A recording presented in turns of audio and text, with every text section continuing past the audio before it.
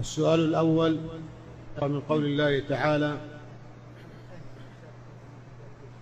قل أطيعوا الله والرسول فإن تولوا فإن الله لا يحب الكافرين.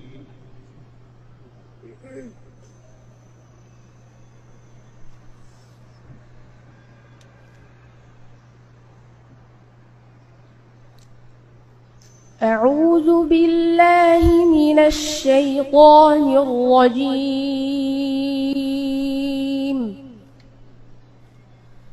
بسم الله الرحمن الرحيم. قل أطيعوا الله والرسول فإن تولوا فإن الله لا يحب الكافرين. إن الله اصطفى آدم ونوحا وآل إبراهيم وآل عمران على العالمين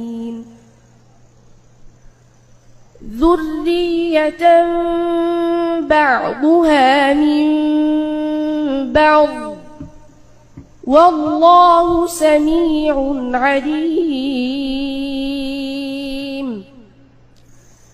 إذ قالت امرأة عمران رب إني نذرت لك ما في بطني محررا رب إني نذرت لك ما في بطني محررا فتقبل مني إنك أنت السميع العليم.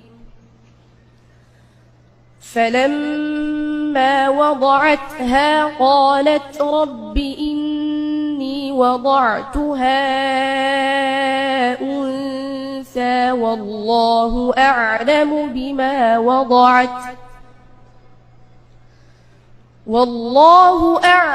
بما وضعت وليس الذكر كالأنثى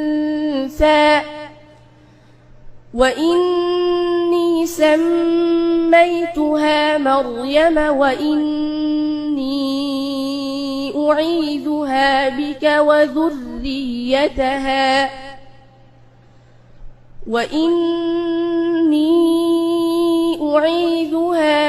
وذريتها من الشيطان الرجيم.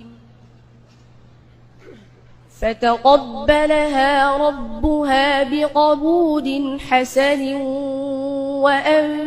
وأنبتها نباتا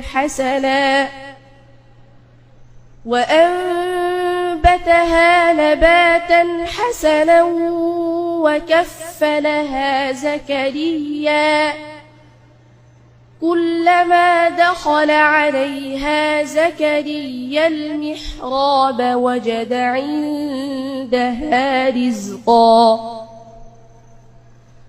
قال يا مريم أنى لك هذا قالت هو من عند الله إن الله يرزق من يشاء بغير حساب.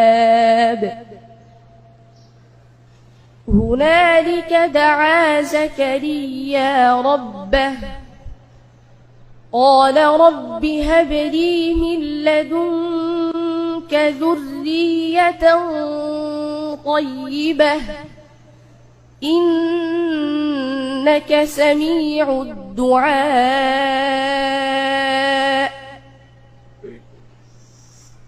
فنادته الملائكة